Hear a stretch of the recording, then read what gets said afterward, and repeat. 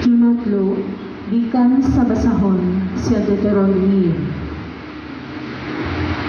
Si Moises miingon ngadto sa katawhan, kung natalinghugan ninyo siya, ug tumanaw niya ang mga sugo na nahisulat niining basahon na, ug kung mubalik kamo sa Ginoo nga ang Dios sa kinasingkasing gayon. Dili bisud ang gihatag ko kaninyong sugo karong adlaw. Wala kini didto sa langit niadto sa layo. Dili kamo makaingon, kinsa may mukuha niini alang kanato aron kita makadungog o makatuman niini. Wala usab kini didto sa tabok sa lawod nga moingon kamo, kinsa may mutabok aron pagkuha niini aron makadungog kita o makatuman niini. Duol ra kaayo kini kanini. Anaa ra kini sa inyong baobab o kasing-kasing. Busa makatuman kamo niini. Ang pulong sa Ginoo.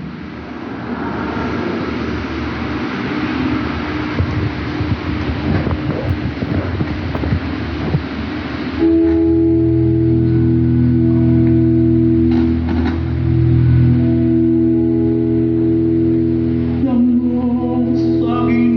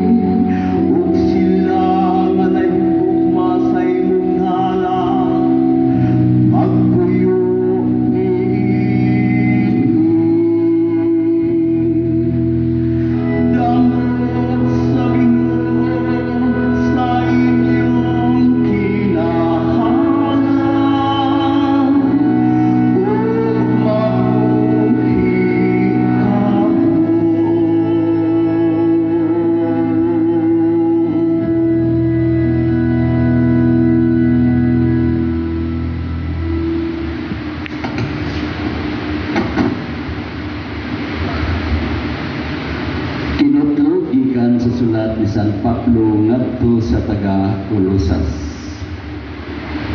Si Kristo mao ang makita nga larawan sa dili makita na Dios.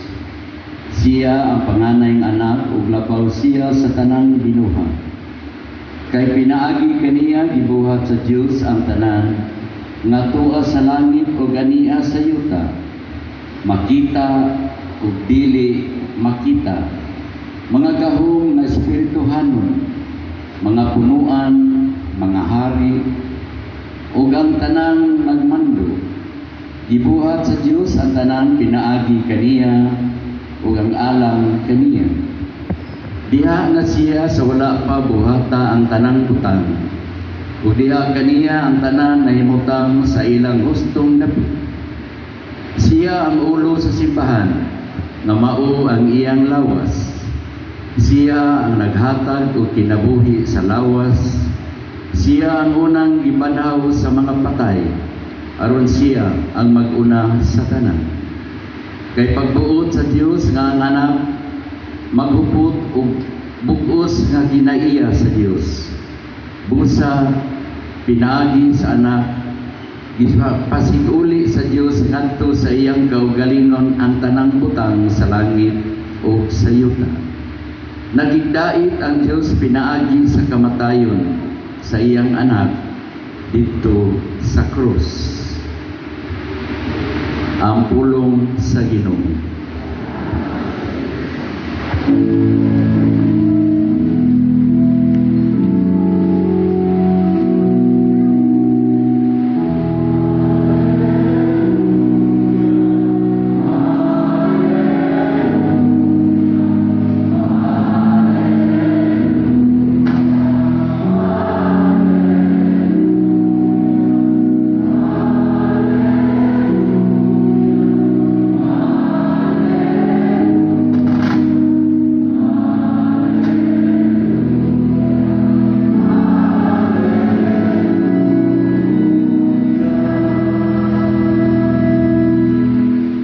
Ang Ginoo manaa kaninyo.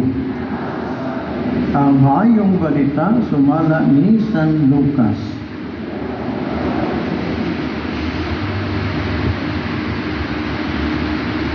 Panyamidoon ang usa ka magtutudlo sa balaod o misulay pagbitik kang Jesus.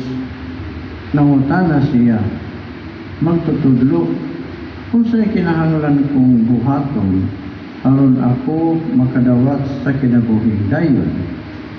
Si Jesus mitubag, kung sa may giingon sa kasulatan, kung iyon sa man nimo kini sa pagsabot. Ang magtutudlo sa balaod mitubag, higugmaa ang Ginoo na imong Dios sa tibuok mong kasing-kasing ug sa tibuok mong kalag ug sa tibuok mong usog ug sa tibuok mong hunahuna ug higugmaa ang imong isig katao ingon sa pagigugma mo sa imong kaugalingon. Mitubag si Jesus, husto ang imong tubag. Buhata ka na kung makadawat ka sa kinabuhi. Apan ang matutudlo sa balaod, buot iluhod nga husto siya, kung mao nga nangutana siya kang Jesus. Kinsa ba di ay ang akong isig na tao? Kung si Jesus mitubag, may usa ka tao na milugsong gikan sa Jerusalem ngadto sa Jericho o ibanhigan siya sa mga tulisan. Ginubuan nila siya, gibunog o gibiyaan na himatsyon. O nahitabo, yung may usa ka pari nga miagi niyadtong dalana. Sa pagkakita niya sa tao, nilabay lamang siya agi sa pikas na plin. Kunya, nahiyagi usab ang usa ka Levita o ug miduol niya ug mitanaw sa tao. Ug unya misaylo lamang agi sa gipikas kaplin. Kapan may usa ka Samarianhon nga nagpanaw niya itong dalana, nahiagi sa gitulisan, kung sa pagkakita niya sa tao, naluoy siya.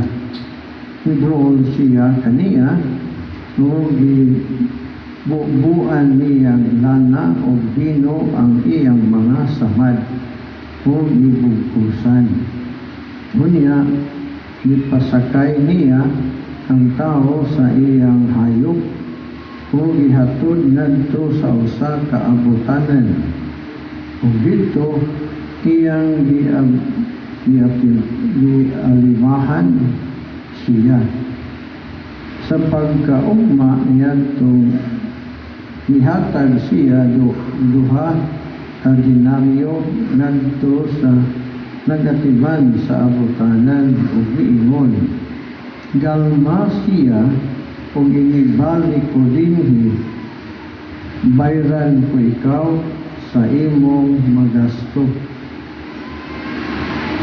Ug si Jesus may tapos pag-ingon, karon kinsa man niining tulo sa imong hunahuna ang nagpakita nga isig ka tao sa litulisan. Ang magtutudlo sa balaod mitubag kadtong naluoy kaniya. Ang si Jesus miingon, busa, lakaw o buhata ang sama sa iyang ibuhat. Mahigsuon ang maayong balita sa atong kaluwasan.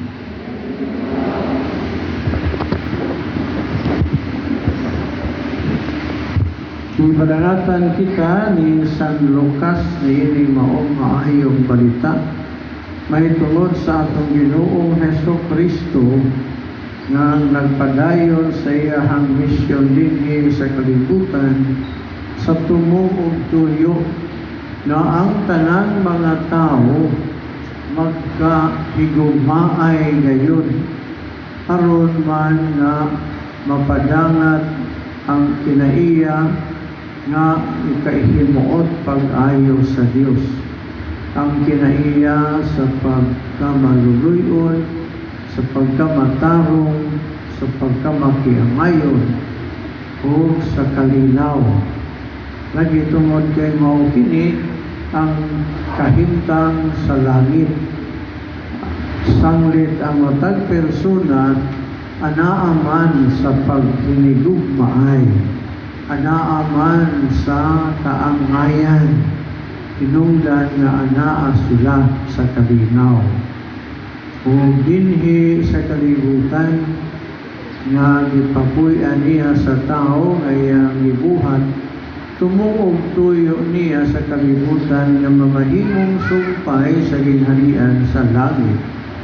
Apan dili magdali-dali sa pagpahigayon ang iyahang kabubuton tungod kay ang mga tao dali rang maulipon sa gahom sa kangitngit, inungdan na magpahimugat sa kaugalingon nga kagustuhan o dili sa kagustuhan sa tanan. Sa mga kaigsunan ang kahintang dinhi sa kalibutan kung halayo ra kaayo sa katumanan sa kabubuton sa Dios nga mauliyahang naambitan dito sa ginharian sa langit.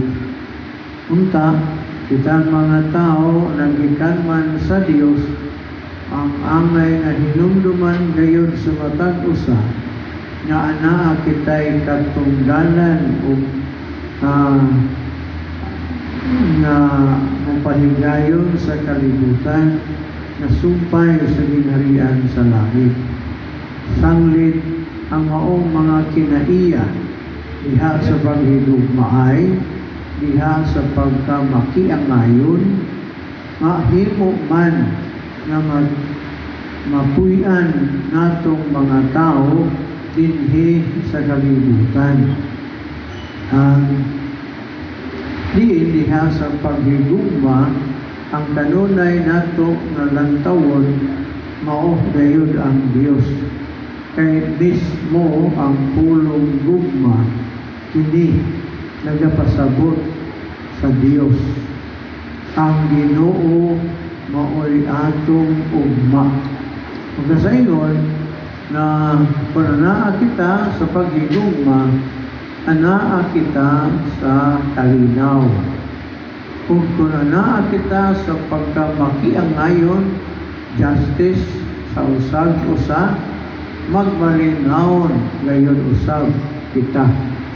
Sanglit wala may magkinahanglan sa unsay gikinahanglan sa tao tungod kay anaa naman ang matag-usa sa kahintang na kabulahanan. Sa mga kaigsuulan, ang itinguha usab sa atong Ginoong Jesucristo. Ngunta kining maong mga hiyas sa gingharian sa langit ato gayud na mapuy-an dinhi sa kalibutan, ahuman nga dili mamahimong magmagudtanon ang kalibutan tungod lang sa usa o duha ka tawo nga magpahimugat sa kaugalingon nga kabulahanan. Amen. Manindong palihog, kung ato na ibungad ang mga punto sa ato ang pagtuo. Ang tanan, nagatuwa ko sa Diyos nga mahan, makaradaw sa tanan, magbubuhat sa langit o sa yuta. Ang Kristo Kristo ang anak na bugtong Ginoon nato, na ginpanamkol sa lang sa Espiritu Santo. Yanak kay Maria nga Birhen, isakit sa sugo ni Poncio Pilato, ilansang sa krus na matay ang linubog, ikunsan sa mga minatay, sa katulog kaadlaw na banhaw. Isaka sa langit, sa nagalingkod sa tuo sa Diyos na mahan, makagagahon sa tanan. Ginalito mabalik siya, aron pumukong sa mga uhi o sa mga minatay.